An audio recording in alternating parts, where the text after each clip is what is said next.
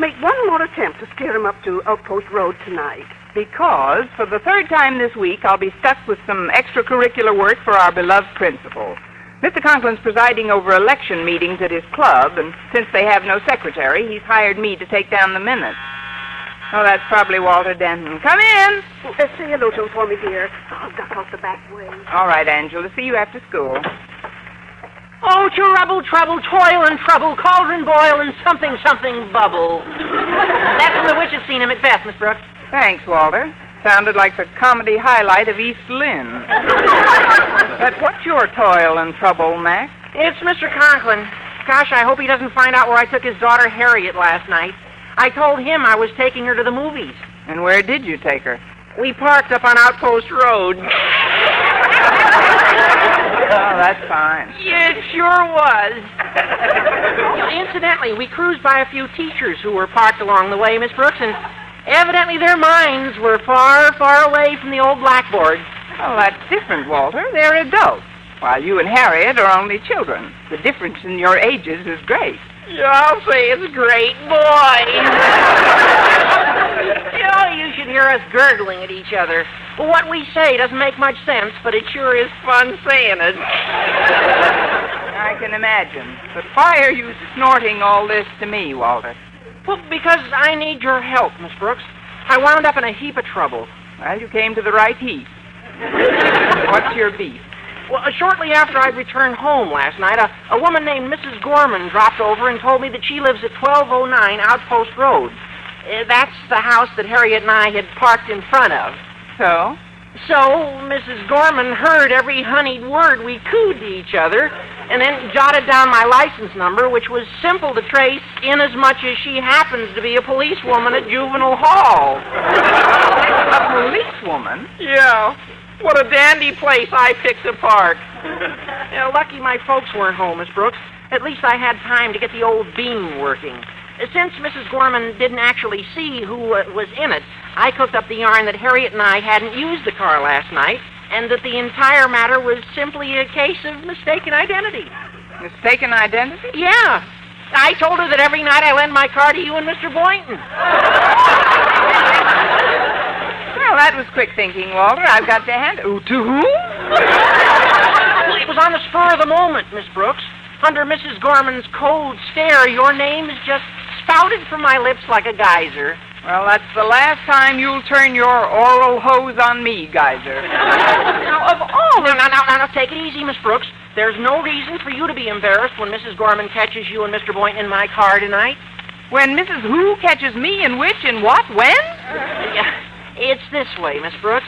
She didn't believe my story till I told her that you and Mr. Boynton will be borrowing my car again tonight, and you'll probably park right under her window and schmoozle again. So when she hears you two gurgling at each other, she can sneak out to the car and take a look at you for herself. Huh? Well, nothing can happen to you, Miss Brooks. She's a juvenile authority. But if she reported me to Mr. Conklin, I'd be expelled. Won't you help me, Miss Brooks? Well, I'll tell you what I'll do, Walter. If I can persuade Mr. Boynton to cooperate, I'll help you. And if not?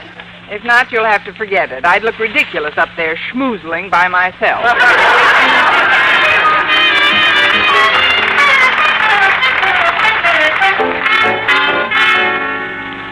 Let me tidy up your desk for you, Daddy. That won't be necessary, Harriet. I'll just say... Oh, good morning. Martha! Mother, what are you doing at school? Please run along, Harriet, dear. I have an extremely personal matter to discuss with your father. All right, Mother. I'll see you later, Daddy. Bye now. Well, this is certainly an unexpected pleasure, Dumpling. It's no pleasure, Osgood. When I was in the market a few minutes ago, I had a dreadfully disturbing chat with the grocer. He happens to be a very good friend of a Mrs. Gorman. And who is Mrs. Gorman? She is a policewoman at Juvenile Hall. Have you read the newspaper stories concerning high school students necking on Outpost Road? I have, and I'm appalled. Thank heaven I brought up Harriet in an atmosphere of discipline and righteousness. You see now how my iron hand has paid off? I'm proud indeed to feel that my daughter has... Let me finish, Osgood. Mrs. Gorman lives on Outpost Road. Now, last night, according to what she told the grocer, she eavesdropped on a couple who were parked in front of her home. The car belonged to Walter Denton. And you know who he was with last night. Your daughter.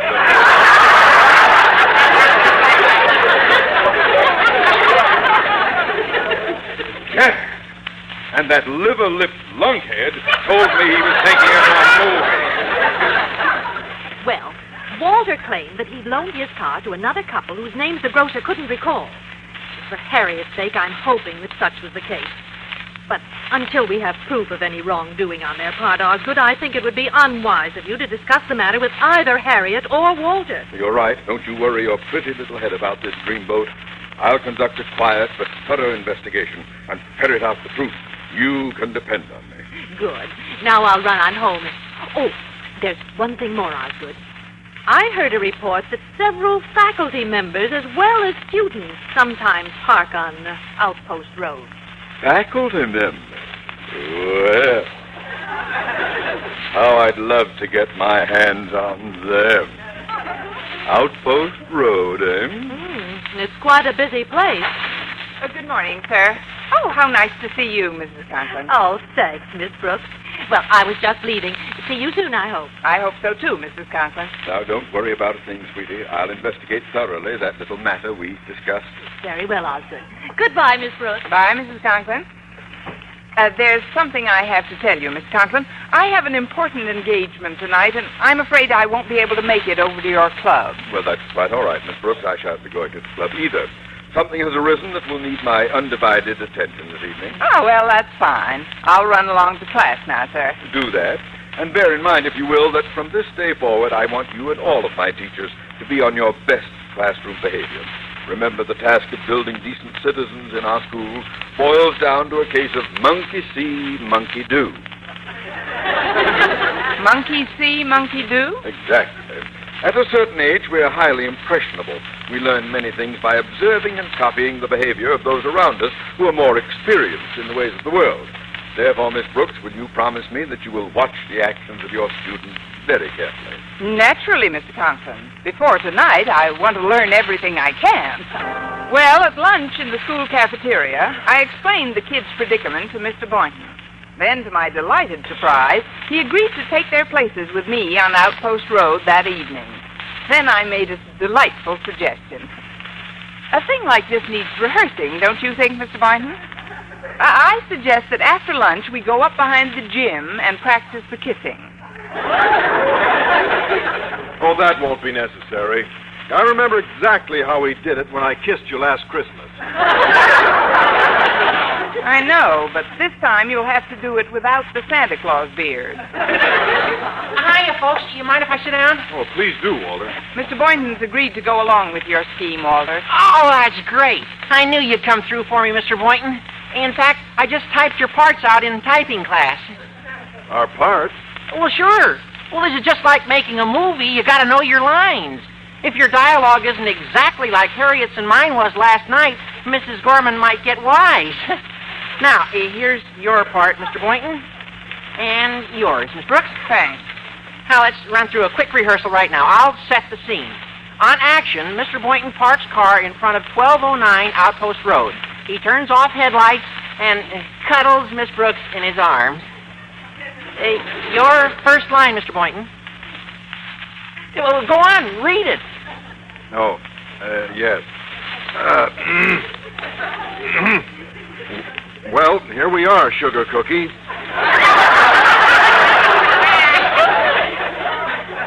Let's neck. Right. Now, action.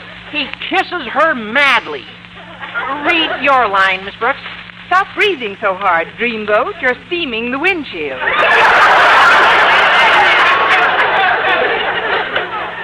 All right. My folks are going to be out tonight, so suppose we meet at my house at 7:30. Then, after a final rehearsal, I'll give you the keys to my car, Mr. Boynton. Then you can drive Miss Brooks up to Mrs. Gorman's house by 8. Okay? Frankly, I don't like this scheme at all, Walter. I'll only go through with it if Miss Brooks insists. Well, what do you say, Miss Brooks?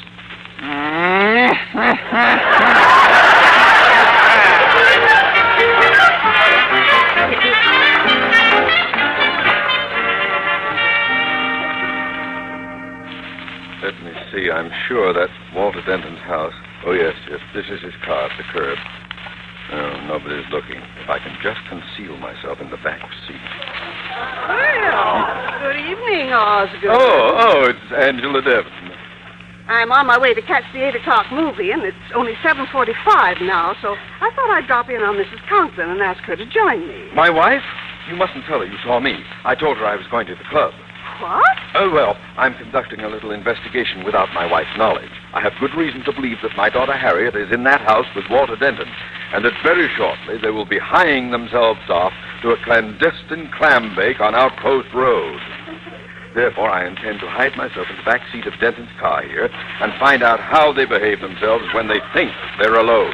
Oh, now, that's a pretty mean trick. Well, I'm doing it for their own good. You may rest assured that should I catch them red-handed, I'll merely speak to them in a very fatherly manner. Well, Harriet is your daughter, and it's certainly no concern of mine. I'd better go to the movies by myself tonight. Good night. And good night, Angela. And good riddance. Now to conceal myself in the back seat of this jalopy. In we go. Now, pull this blanket over me. Oh, that's fine. Well, we're off to Outpost Road, Mr. Boynton. Yes, Miss Brooks. I'll slide in first, if you don't mind. Oh, fine. You sit behind the wheel, and I'll sit at a respectful distance until we arrive at our destination. Miss Brooks, do you call that a respectful distance? Oh, I forget. You can't see the road if I'm on your lap. Well, with Mr. Conklin concealed in the back seat of Walter's jalopy and an unsuspecting Mr. Boynton and Miss Brooks on the front seat, they made quite an incongruous threesome as they approached Outpost Road. Well, we're almost there, Miss Brooks.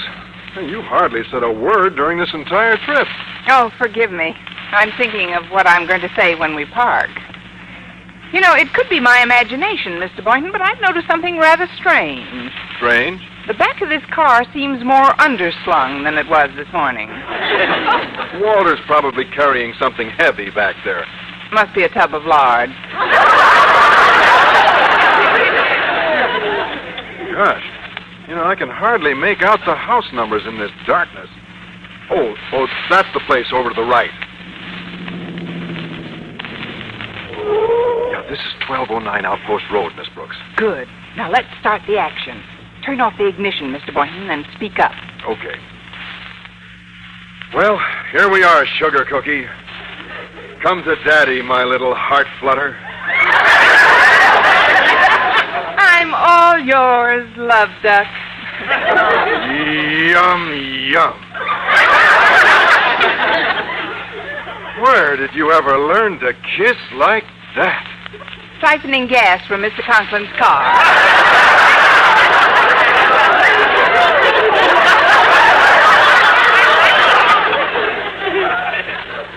Oh, now tell me those 3 little words that I'm longing to hear. I am ill.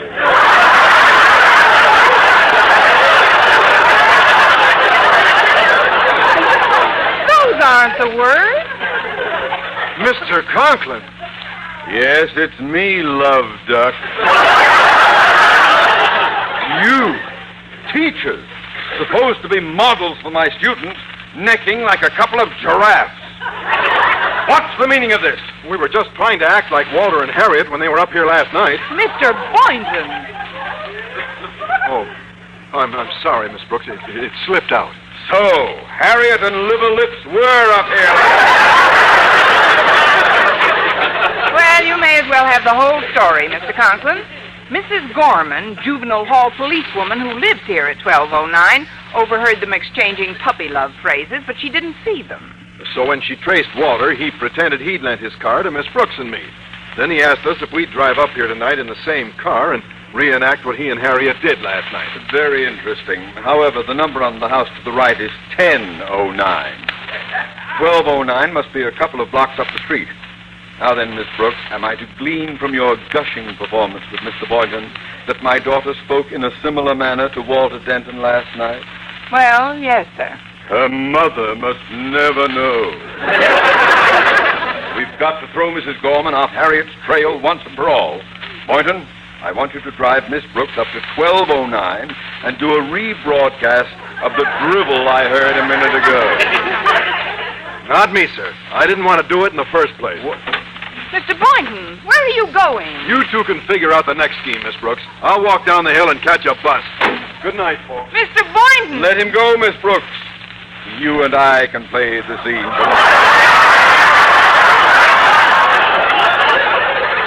Who? I'll just hop into the driver's seat and away we go.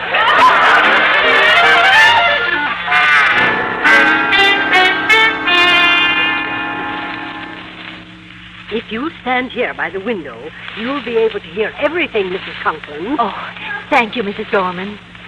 It's very kind of you to allow me into your home so that I might personally conduct this investigation. You're very welcome, my dear. I think parents ought to know what's going on these days. Oh, how right you are. Oh, I would have brought my husband along, but he's busy at the club. Poor Osgood. He's been working like a dog at election meetings every single night. There, that car pulling up. It's the same one that was here last night. Oh, I do hope your daughter isn't in it. Well, let's be quiet, and I'll see if I can recognize the voice. Well, here we are again, Sugar Cookie.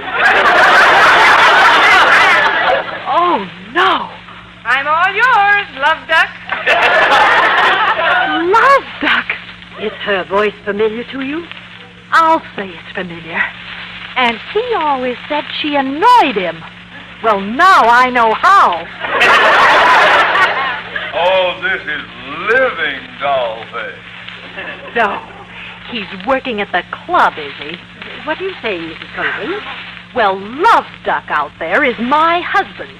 And Dollface is an English teacher. Follow me, Mrs. Conklin. You can slip out this side door and sneak up on them. Thanks.